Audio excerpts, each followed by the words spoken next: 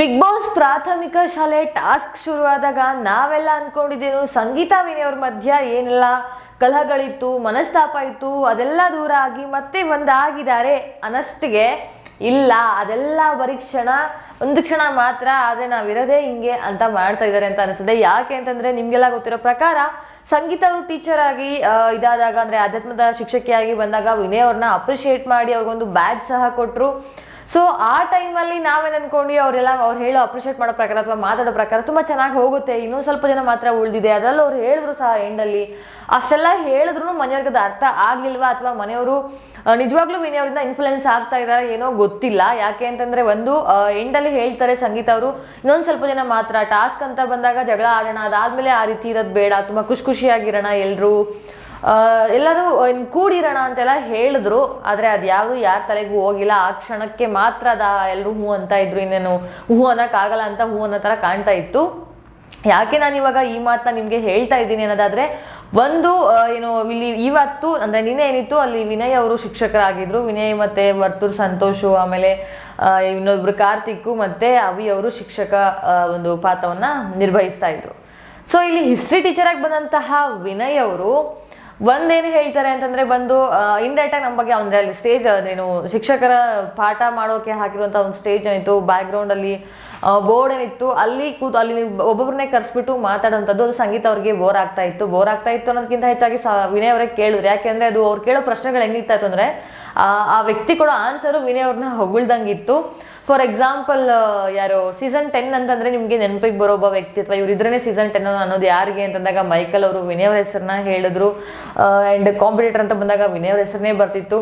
ಅದಕ್ಕೆ ವಿನಯ್ ನೋಡಿದ್ರು ಸಂಗೀತ ಅವ್ರನ್ನ, ನೋಡ್ಬಿಟ್ಟು ಹೇಳಿದ್ರು ಏನ್ ಬೋರ್ ಆಗ್ತಿದೆ ಸಂಗೀತ, ಹಿಸ್ಟ್ರಿ ಕ್ಲಾಸ್ ಅಂದ್ರೆ ಬೋರು, ನೀವೇ ಬನ್ನಿ ಅಂದಾಗ ಒಲ್ಲೆವೆಲ್ಲ ಅಂತಂದ್ರು. ವಾಪಸ್ ಕರೆದು ಸ್ಟೇಜ್ ಮೇಲೆ ನಿಲ್ಲಿಸಿದಾಗ ನಿಮ್ಗೆ ಈ ಒಂದು ಮನೆಯಲ್ಲಿ ತುಂಬಾ ಮೆಮೊರಿ ಆಗುವಂತಹ ವಿಚಾರ ಯಾವ್ದಿದೆ ಅಂದ್ರೆ ತುಂಬಾ ನೆನಪುಳಿಯುವಂಥದ್ದು ಯಾವ್ದಿದೆ ಅಂತ ಅಂದಾಗ ಒಂದು ವಿನಯ್ ಮತ್ತೆ ಸಂಗೀತ ಜಗಳ ಆಡ್ಬೇಕಾದಾಗ ಹೇಳಿದ್ದು ಥ್ರೆಟ್ನಿಂಗ್ ಅನ್ನೋ ವರ್ಡ್ ಯೂಸ್ ಮಾಡ್ದಾದ್ಮೇಲೆ ನಂಗೆ ರಿಗ್ರೆಟ್ ಆಯ್ತು, ಅಂದ್ರೆ ನಂಗೆ ಕಾಡ್ತು, ನಾನು ಮಾಡಬಾರ್ದಾಗಿತ್ತು ಅಂತ. ಆ ಟೈಮಲ್ಲಿ ಜೊತೆ ನಿಂತಿದ್ದು ತನಿಷಾ ಮತ್ತೆ ಕಾರ್ತಿಕ್. ಸೊ ನಂಗೆ ಹಶು ಆಗ್ತಿದೆ, ಒಂದ್ ಸಮಾಧಾನ ಮಾಡೋದೆಲ್ಲ ಆದ್ಮೇಲೆ ನಂಗೆ ಹಶು ಆಗ್ತಿದೆ ಅಂದಾಗ ಏನಾದ್ರು ಮಾಡ್ಕೊಡ್ತೀನಿ ಅಂತ ಹೇಳಿ ಟೊಮ್ಯಾಟೊ ಕಟ್ ಮಾಡ್ಕೊಟ್ಟು ತಿನ್ಸಿದ್ರು. ಜೊತೆಗೆ ಇನ್ನೊಂದೇನಪ್ಪಾ ಅಂತಂದ್ರೆ ಇಲ್ಲಿ ಇವರು ಒಂದ್ ಸ್ವಲ್ಪ ಬೇಜಾರಲ್ಲಿದ್ದಾಗ ಲೋ ಫೀಲ್ ಆದಾಗ ಹೋಗಿ ಸ್ವಿಮ್ಮಿಂಗ್ ಪೂಲ್ ಅಲ್ಲಿ ಬಿದ್ದಾಗ ವಿನಯ್ ಅಂತ ಒಬ್ರು ಇದಾರೆ ಸರ್, ಅವ್ರು ಬಂದ್ಬಿಟ್ಟು ನನಗೆ ತುಂಬಾ ಕೂತ್ಕೊಂಡು ಮಾತಾಡಿದ್ವಿ, ಅಷ್ಟು ಮಿಡ್ ನೈಟ್ ಅದ್ರ ಜೊತೆ ಮಾತಾಡಿದ್ದು. ನನ್ಗೆ ನನ್ನವ್ರಂತ ಅನ್ಕೊಳಕ್ಕೆ ಕೆಲವರು ಇದ್ದಾರೆ, ಕೆಲವರೇ ಜನ ಪ್ರೀತಿ ತೋರ್ಸಕ್ಕಿರೋದು, ಅದ್ರಲ್ಲಿ ಆ ಒಂದು ಮೂಮೆಂಟ್ ನಂಗೆ ತುಂಬಾ ನೆನಪಾಗೋದು ಅಂತ. ಅಷ್ಟೆಲ್ಲ ಹೇಳ್ದಾಗ್ಲೂ ವಿನಯ್ ಅವ್ರಿಗೆ ಏನು ಅನಿಸ್ತಾ ಇಲ್ವಾ ಸಂಗೀತ ಅವರು ಸಂಗೀತ ಅವರ ಹೃದಯದಲ್ಲಿ ನಂಗೂ ಒಂದು ಪ್ಲೇಸ್ ಇದೆ, ಅವರು ನನ್ನ ಇಷ್ಟಪಡ್ತಾರೆ, ಆದ್ರೆ ನಾನು ಸ್ವಲ್ಪ ಜಾಸ್ತಿ ಅಜರಿಗೆ ತಗೊಂಡು ಹೋಗ್ತಾ ಇದ್ದೀನಿ ಅಂತ ಅನಿಸ್ತಾನೆ ಗೊತ್ತಿಲ್ಲ. ಅಲ್ಲೂ ಸಹ ಟೌನ್ ಕೊಡೋ ರೀತಿಯ ಮಾತುಗಳು ಬಂತು. ಅಂಡ್ ಅದಾದ್ಮೇಲೆ ಮನೆಯಲ್ಲಿ ಒಳಗಡೆ ಕೂತ್ಕೊಂಡು ಮಾತಾಡ್ಬೇಕಾದ್ರು ಅಷ್ಟೇ ಸಂಗೀತ ಅವ್ರಿಗೆ ಅಂದ್ರೆ ಇಂಡೈರೆಕ್ಟ್ ಆಗಿ ಇವರೆಲ್ಲ ಒಂದು ಅವ್ರ ಗ್ರೂಪ್ ಅಂತ ಏನ್ ಹೇಳ್ತೀವಿ, ಆ ಗ್ರೂಪ್ ಅಲ್ಲಿ ತುಕಾಲಿ ಅವರಿದ್ರು, ಮೈಕಲ್ ಅವರಿದ್ರು, ನಮ್ರತಾ ಇದ್ರು, ವರ್ತೂರ್ ಸಂತೋಷ್ ಅವರಿದ್ರು, ಮತ್ತೆ ಪವಿ ಅವರಿದ್ರು. ಆಗ ವಿನಯ್ ಅವ್ರು ಹೇಳ್ತಾರೆ ಏನಪ್ಪಾ ಅಂತಂದ್ರೆ ನಾನು ಎಗ್ರಾಡಿಲ್ಲ, ನಾನೇನಾದ್ರು ಎಗ್ರಾಡ್ಬಿಟ್ರೆ ಮಾರ್ಕೆಟಿಂಗ್ ಆಗೋದು ಅವಳಿಗೆ ಅಂದ್ರೆ ಸಂಗೀತ ಅವ್ರಿಗೆ. ಸೊ ಅದಕ್ಕೆ ನಾನು ಈ ಸರಿ ಎಗ್ರಾಡಿಲ್ಲ, ಅವ್ರು ಏನೇ ಮಾಡಿದ್ರು ನಾನು ಸುಮ್ಮನೆ ಇದ್ದೀನಿ, ಅದಕ್ಕೆ ಕಾಲ್ ಕೆರ್ಕೊಂಡು ನೀನ್ ಜಗಳ ಆಡ್ತಿದ್ಯಾ ಅಂತ ಅವ್ರೆಲ್ಲ ಹತ್ರ ಜಗಳ ಆಡೋದಕ್ಕೆ ಪ್ರಯತ್ನ ಪಡ್ತಾ ಇದ್ದಾರೆ ಸಂಗೀತ.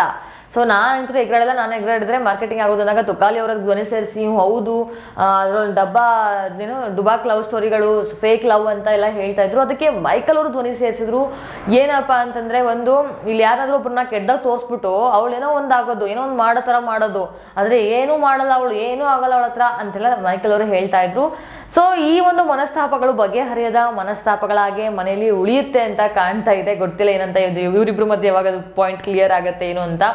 May be Bigg Boss top 5 ಅಲ್ಲಿ ಇದ್ರು ಸಹ ಇವರು ಲಾಸ್ಟ್ ಡೇ ಅಥವಾ ಲಾಸ್ಟ್ ಮಿನಿಟ್ ವರೆಗೂ ಜಗಳ ಆಡ್ತಿರ್ತಾರೆ ಅಂತಾನೆ ಅನಿಸ್ತಾ ಇರುತ್ತೆ ನನಗಂತೂ. ಯಾಕಂದ್ರೆ ಎಷ್ಟೇ ಸರ್ತಿ ಸಂಗೀತ ಅವ್ರು ಕಾಂಪ್ರಮೈಸ್ ಆಗಿ ಟ್ರೈ ಮಾಡಿದ್ರು ವಿನಯ್ ಅವರಾಗಿರ್ಲಿ ಮೈಕಲ್ ಅವರಾಗಿರ್ಲಿ ಜೊತೆ ಕಾಂಪ್ರಮೈಸ್ ಆಗ್ತಾನೆ ಇಲ್ಲ. ಅದರಲ್ಲೂ ಮೈಕಲ್ ಅವ್ರು ಬಂದ್ಬಿಟ್ಟು ಐ ಡೋಂಟ್ ಲೈಕ್ ಯು ಅಂತ ಹೇಳ್ತಾರೆ. ಯಾವಾಗ ಅಂತಂದ್ರೆ ಒಂದು ಲಾಸ್ಟ್ ಚಾನ್ಸ್ ಕೊಡ್ತಾರೆ ಬಿಗ್ ಬಾಸ್ ಎಂಡ್ ಅಲ್ಲಿ.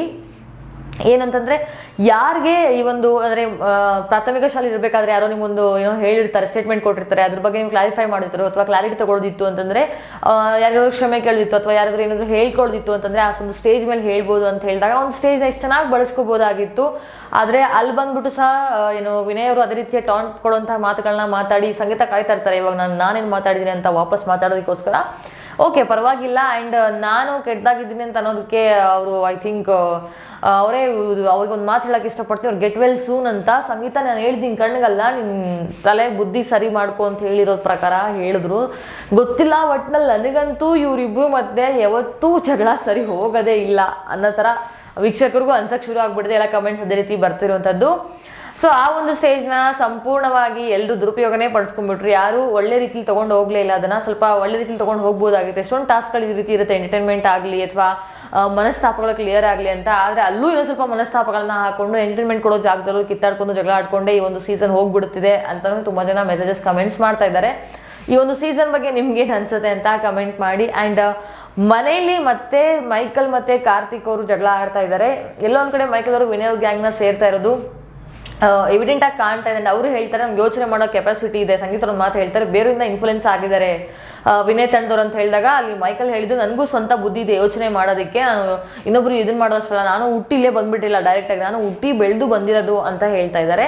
ಸೊ ಏನೇ ಆದ್ರೂ ನನಗೆ ಈ ಜಗಳದ ವಿಚಾರನ ಇಲ್ಲೇ ಬಿಡೋಣ. ಆದ್ರೆ ಮೈಕಲ್ ಮತ್ತೆ ಕಾರ್ತಿಕ್ ಜಗಳ ಆಡಿದ್ರು ಮನೇಲಿ. ಏನಪ್ಪಾ ಅಂದ್ರೆ ಅಲ್ಲಿ ಅಕ್ಕಿ ತೊಳಿತಾ ಇರ್ತಾರೆ ಕಾರ್ತಿಕ್ ಅವರು, ಮೈಕಲ್ ಅವರು ಪಾತ್ರನ ಉಜ್ಜುತ್ತಾ ಇರ್ತಾರೆ. ಆದ್ರೆ ಒಂದ್ 2 ನಿಮಿಷ ಜಾಗ ಬಿಟ್ರೆ ಮೈಕಲ್ ಅವ್ರಿಗೂ ಏನೂ ಆಗ್ತಿರ್ಲಿಲ್ಲ. ಬಿಕಾಸ್ ಯಾಕಂದ್ರೆ ಎಲ್ಲರೂ ಹೊಟ್ಟೆ ಪಾಡಿಗೋಸ್ಕರ ಅಂದ್ರೆ ಏನು ಮಧ್ಯಾಹ್ನ ಊಟ ರೆಡಿ ಆಗ್ಬೇಕಾಗಿತ್ತು. ಅದಕ್ಕೆ ಅನ್ನ ಮಾಡಕ್ಕೆ ಅಂತ ಕಾರ್ತಿಕ್ ಅಕ್ಕಿ ತೊಳೆಯಕ್ ಹೋದ್ರೆ ಮೈಕಲ್ಗೆ ಅದು ಏನ್ ಸಿಟ್ಟು ಬಂತೋ ಗೊತ್ತಿಲ್ಲ. ಸಿಟ್ಟಲ್ಲಿ ಒಂದ್ 2 ನಿಮಿಷ ತಡಿಯಪ್ಪ ಅಂತದ್ದು ತುಂಬಾ ರಿಕ್ವೆಸ್ಟ್ ಆಗಿ ತುಂಬಾ ಕಾಮಾಗೆ ಮಾಡ್ತಾ ಇದ್ರು ಕಾರ್ತಿಕ್. ಆದ್ರೆ ಮೈಕಲ್ಗೆ ಅದು ಇಷ್ಟ ಆಗ್ಲಿಲ್ಲ ಅನ್ಸುತ್ತೋ ಅಥವಾ ಏನೋ ಗೊತ್ತಿಲ್ಲ, ಒಟ್ಟು ಜಗಳಾಡಿ ನಾನು ಕಾಣಿಸ್ಕೋಬೇಕು ಅಂತ ಅನಿಸ್ತೋ ಒಟ್ನಲ್ಲಿ ಜಗಳ ಶುರು ಮಾಡ್ಕೊಂಡೇ ಬಿಟ್ರು. ಏನಪ್ಪಾ ಅಂದ್ರೆ ನಾನು ತಡಿಯಲ್ಲ, ನಿಂಗೆ ತಡಿಬೇಕು ಅಂತ ಅನ್ಸ್ರೆ ಬಾ ಬಂದ್ ತಡಿ ನೋಡೋಣ ಹಿಂಗ್ ತಡಿತೀಯ ಅಂತ. ಜಗಳದ ಮಾತೇ ಅಲ್ಲ. ಆಮೇಲೆ ಇಲ್ಲಿ ಕಿರ್ಚಾಡಿದ್ರೆ ಯಾರು ಎದುರ್ಕೊಳ್ಳಲ್ಲ, ಮಂಡೇಲ್ ಮೊದ್ಲೇ ಮೂಳೆ ಇಲ್ಲ, ನಿಂಗೆ ತಡಿ ಸ್ಟಾಪ್ ಮಾಡಕ್ಕಾದ್ರೆ ಬಂದು ಸ್ಟಾಪ್ ಮಾಡು, ಈ ರೀತಿಯ ಮಾತುಗಳು ಏನು ಕಾರ್ತಿಕ್ ಅವ್ರಿಗೂ ಸ್ವಲ್ಪ ನೋವು ಉಂಟು ಮಾಡ್ತು. ಅಲ್ಲಿ ಹೇಳಿದ್ರು ಮೈಕಿ ನೋಡು, ನಾನು ನಿನ್ಗೆ ಆ ಮಂಡೇಲ್ ಮೂಳೆಲ್ಲ ಇದೆಲ್ಲ ಮಾತಾಡ್ಬೇಡ, ನಾನು ನಿಂಗೆ ಹೊಟ್ಟೆ ಹಶು ಆಗುತ್ತೆ, ಎಲ್ರಿಗೂ ಬಂದು ಊಟ ಕೇಳ್ತಾರೆ ಅನ್ಕೊಂಡು ನಾನು ಅಕ್ಕಿ ತೊಳಿತಾ ಇದ್ದು, ಅದಷ್ಟೇ ಮಾತಾಡು, ಬಂದು ಸ್ಟಾಪ್ ಮಾಡು ಅಂತೇಳಿ ಯಾಕೆ ಮಾತಾಡ್ಬೇಕು ಮೈಕಲ್ ಅವರು ಅಷ್ಟೇ.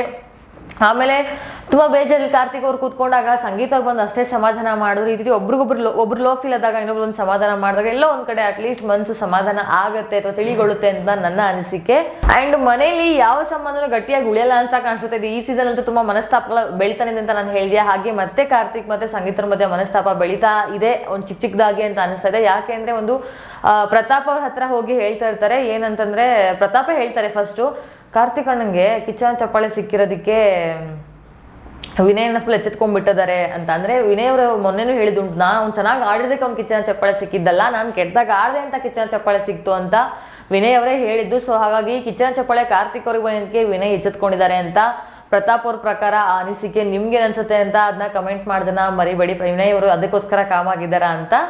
ಅಂಡ್ ಸಂಗೀತ ಅವ್ರು ಒಂದು ಯಾಕೋ ವಿನಯ್ ಕಾರ್ತಿಕ್ ನ ಇನ್ಫ್ಲುಯೆನ್ಸ್ ಮಾಡ್ತಾ ಇದ್ದಾನೆ, ಕಾರ್ತಿಕ್ ವಿನಯ್ ಇನ್ಫ್ಲುಯೆನ್ಸ್ ಆಗ್ತದೆ ಅಂತ ಅನಿಸ್ತಾ ಇಲ್ವಾ ಪ್ರತು? ಬಕೆಟ್ ಹಿಡಿತಾ ಇದ್ದಾನೆ ಅವನು. ಆಮೇಲೆ ವಿನಯ್ ಬೇಗ ಬಕೆಟ್ ಹಿಡಿತಾರ ಮಾಡ್ತಾನೆ, ಬ್ರೋ ಕೋಡ್ ಯೂಸ್ ಮಾಡ್ಬಿಟ್ಟು ಸೇವ್ ಮಾಡೋ ಆಪರ್ಚುನಿಟಿ ಬಂದಾಗ ನನ್ನನ್ನೇ ಸೇವ್ ಮಾಡ್ಬೇಕು ಅನ್ನೋ ರೀತಿ ಅವ್ರಿಗೆ ಮಾಡ್ಬಿಡ್ತಾನೆ. ಅದು ಅವ್ರಿಗೆ ಗೊತ್ತೂ ಆಗಲ್ಲ, ಹಂಗೆ ಬಕೆಟ್ ಹಿಡಿಸ್ಕೊಂಡ್ಬಿಡ್ತಾನೆ, ಬಕೆಟ್ ಹಿಡಿತಾರೆ ಅವರು ಕೂಡ ಅಂತ. ಸೊ ಕಾರ್ತಿಕ್ನ ಆ ರೀತಿ ಆಗಲ್ಲ ಅಂತ ಅನ್ಸುತ್ತೆ. ಬಟ್ ಎಲ್ಲೋ ಒಂದ್ ಕಡೆ ಫ್ರೆಂಡ್ಶಿಪ್ಗೋಸ್ಕರ ಅವ್ರು ಸಾರಿ ಕೇಳೋದಕ್ಕೆ ಅದನ್ನ ತುಂಬಾ ಮನ್ಸಲ್ಲಿ ಇಟ್ಕೊಂಡು ತುಂಬಾ ಹತ್ರದಲ್ಲಿ ಇಟ್ಕೊಳ್ಳೋ ಪ್ರಯತ್ನ ಪಡ್ತಾ ಇದ್ದಾರೆ. ಆದ್ರೆ ಅವ್ರಿಗೇನ್ ಗೊತ್ತು ಅವ್ರ ಹಿಂದೆನೇ ಈ ರೀತಿ ಮಾತುಕತೆಗಳು ಆಗತ್ತೆ ಬೇರೆಯವರಿಂದ ಅಂತ. ಏನೇ ಆದ್ರೂ ಮನೇಲಿ ದಯವಿಟ್ಟು ಮನಸ್ತಾಪಗಳನ್ನ ಮರೆತು ಕೆಲವು ದಿನಗಳು ಮಾತ್ರ ಉಳಿದಿರೋದು. ಇನ್ನೊಂದು 3-4 ವಾರ ಉಳಿದಿದೆ, 3 ವಾರ, ಅದನ್ನು ಹಾಳು ಮಾಡ್ಕೋಬೇಡಿ, ಚೆನ್ನಾಗಿ ಇದ್ದು ಆಡಿ ಎಲ್ಲರೂ ಎಂಟರ್ಟೈನ್ಮೆಂಟ್ ಕೊಟ್ಟು ಜನಗಳಿಗೆ ಅಂತ ಹೇಳಕ್ ಇಷ್ಟಪಡ್ತೀನಿ. ಅಂಡ್ ಸಂಗೀತ ಇನ್ನೊಂದು ಮಾತು ಹೇಳ್ತಾರೆ, ಪ್ರತು ನಾವಿಬ್ರೇ ಈ ಮನೆಯಲ್ಲಿ ಏನ್ ಅನ್ಸುತ್ತೋ ಅದನ್ನ ಮುಖಕ್ಕೆ ಹೊಡೆದಂಗೆ ಹೇಳೋದು, ಸ್ಟ್ರೇಟ್ ಆಗಿ ಹೇಳೋದು, ಆ ಸ್ಟ್ರೇಟ್ ಆಗಿ ಹೇಳೋ ಗೆಟ್ಸ್ ನಮ್ ಇಬ್ಬರಿಗೆ ಮಾತಾಡೋದು, ಬೇರೆ ಯಾರು ಏನು ಮಾತಾಡಲ್ಲ, ಅದಕ್ಕೆ ಎಲ್ಲರಿಗೂ ಪ್ರಾಬ್ಲಮ್ ಆಗ್ತಾ ಇರೋದು ಅಂತ ಹೇಳ್ತಿದ್ದಾರೆ. ಅಂದ್ರೆ ಸಂಗೀತ ಅವರು ಮತ್ತೆ ಪ್ರತಾಪ್ ಅವರು ಸ್ಟ್ರೇಟ್ ಆಗಿ ಮಾತಾಡೋದೇ ಸಮಸ್ಯೆ ಕಾರಣ ಆಗ್ತಿದ್ಯಾ?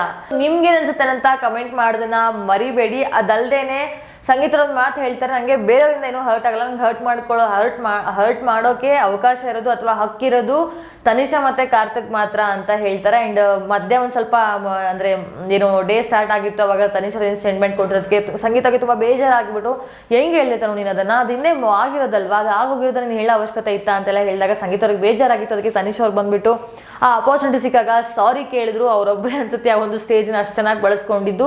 ಇನ್ನು ಉಳಿದವರೆಲ್ಲ ಮತ್ತೆ ಆ ಜಗಳದ ಮಾತುಗಳೇ ಬರ್ತಾ ಇತ್ತು, ಟಾಂಟ್ ಮಾತುಗಳು. ಏನೇ ಆದ್ರೂ ನನ್ನ ಪ್ರಕಾರ ಒಂದು ಕ್ಲಾರಿಟಿ ಏನ್ ಕೊಡಕ್ ಇಷ್ಟಪಡ್ತೀನಿ ಅಂದ್ರೆ ಜನಗಳಿಗೆ, ಮನೇಲಿ ಬಿಗ್ ಬಾಸ್ ಅನೌನ್ಸ್ ಮಾಡಿದ್ರು ಐ ಥಿಂಕ್ ಇವ್ರು ಮತ್ತೆ ಕೂಡ್ಕೊಂಡು ಅಥವಾ ಏನು ಆ ಒಂದು ಭಾವನೆನೇ ಇರಲ್ಲ ಅನ್ಸುತ್ತೆ ಕೂಡಿ ಬಾಳ್ಬೇಕು ಅಂತ. ಯಾಕಂದ್ರೆ ಡೇ 1 ಇಂದ ಯಾವಾಗ ಶುರುವಾಯಿತು ಜಗಳ, ಡೇ 100 ವರೆಗೂ ಆ ಜಗಳ ಕಂಟಿನ್ಯೂ ಆಗೋ ತರ ಕಾಣ್ತಿದೆ. ಆ ಜಗಳ ಆಗದೇನೆ ಇರ್ಲಿ, ಯಾಕೆಂದ್ರೆ ನೋಡೋರ್ಗೆ ತುಂಬಾ ಇರಿಟೇಟ್ ಅಂತ ಅನ್ಸುತ್ತೆ. ನಿಮ್ಮ ಪ್ರಕಾರ ಏನನ್ಸುತ್ತೆ ಅಂತ ಕಮೆಂಟ್ ಮಾಡಿ ತಿಳಿಸಿ. ನಿಮ್ಮೆಲ್ಲ ಕಮೆಂಟ್ಸ್ನ ಪ್ರೀತಿಯಿಂದ ಓದ್ತೀನಿ. ಅಂಡ್ ನಿಮ್ಮ ಪ್ರಕಾರ ಯಾರು ಈ ಸೀಸನ್ ವಿನ್ನರ್ ಆಗ್ಬೇಕು ಅಂತಾನೂ ಸಹ ತಿಳಿಸೋದನ್ನ ಮರಿಬೇಡಿ. ಇಲ್ಲಿವರೆಗೂ ವಿಡಿಯೋ ನೋಡಿರ್ತೀರಾ ಅಂತಂದ್ರೆ ಈ ವಿಡಿಯೋ ನಿಮ್ಗೆ ಇಷ್ಟ ಆಗಿರುತ್ತೆ ಅಂತ ಭಾವಿಸ್ತೀನಿ. ಇಷ್ಟ ಆಗಿದ್ರೆ ಲೈಕ್ ಮಾಡಿ, ಶೇರ್ ಮಾಡಿ. ಅಂಡ್ ಮುಂದಿನ ಬಿಗ್ ಬಾಸ್ ಅಪ್ಡೇಟ್ ಒಂದಿಗೆ ನಿಮ್ ಮುಂದೆ ಬರ್ತೀನಿ. ಅಲ್ಲಿವರೆಗೂ ಸ್ಟೇ ಹ್ಯಾಪಿ, ಸ್ಟೇ ಸೇಫ್.